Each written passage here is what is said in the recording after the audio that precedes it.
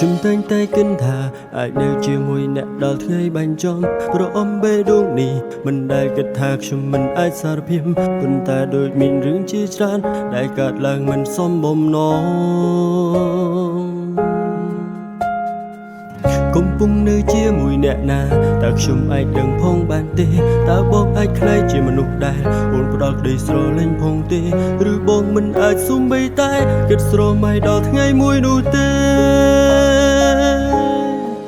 ប្រហែលជាមេធ្លាក់ខ្យល់ខ្លាំងពេកទឹកភ្នែកបងនេះហូរមិនឈុំបងអន់ខ្លាំងណាស់ដែលមិនអាចធ្វើឲ្យអូនស្រឡាញ់បងបានបងស្ដាយណាស់តែបងមិនត្រូវពេលតែបងត្រូវទទួលយកទាំងសៀមសัตว์មិនអាចណាត់ត្រឹមថតរួបជប់ជុំសុំបីជាមិត្តប្រហែលជាមេធ្លាក់ភ្លៀងខ្លាំងពេកទៅគេមិនបដាផ្លូវនេះរួមខ្ញុំតែខ្ញុំកុំសាក់ពេកទេក្លាហានសុំបីសារភាពក្តីស្រឡាញ់ទៅថ្លៃខ្ញុំដឹងថាកំពុងនឹងគេខួរក្បាលនៅកញ្ចែឈ្មោះគេការចងចាំពីគេទុកបានត្រឹមសំងាត់នៅក្នុងចិត្តគ្មានគេអាចនេះ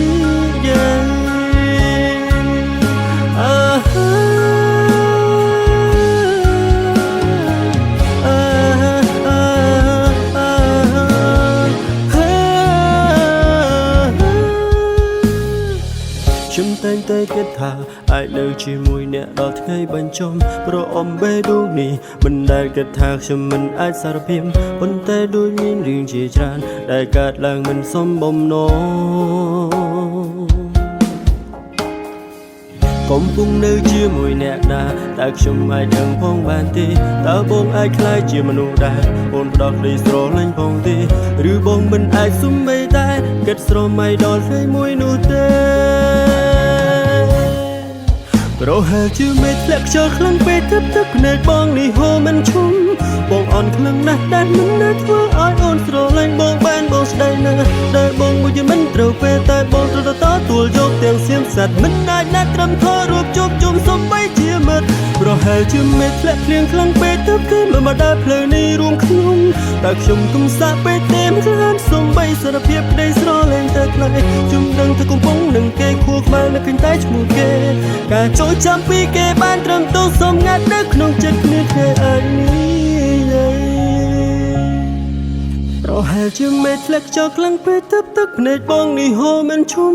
បងអន់ខ្លាំងណាស់ដែលមិនអាចធ្វើឲ្យអូនស្រឡាញ់បងបានបងស្ដាយណាស់ដែលបងមិនត្រូវពេលតែបងត្រូវទទួលយកទាំងសៀមសัตว์មិនអាចណាត់ត្រឹមថតរួបជប់សុំបីជាមិត្តប្រហែលជាមេធ្លាក់ភ្លៀងខ្លាំងពេកទៅគេមិនដាច់ផ្លូវនេះរួមខ្ញុំតែខ្ញុំកុំសាក់ពេកទេមិនខ្លាចសុំបីសារភាពក្តីស្រឡាញ់ទៅថ្លៃខ្ញុំដឹងជួបកំពុងនឹងគេខួរក្បាលនៅកញ្ចែឈ្មោះគេ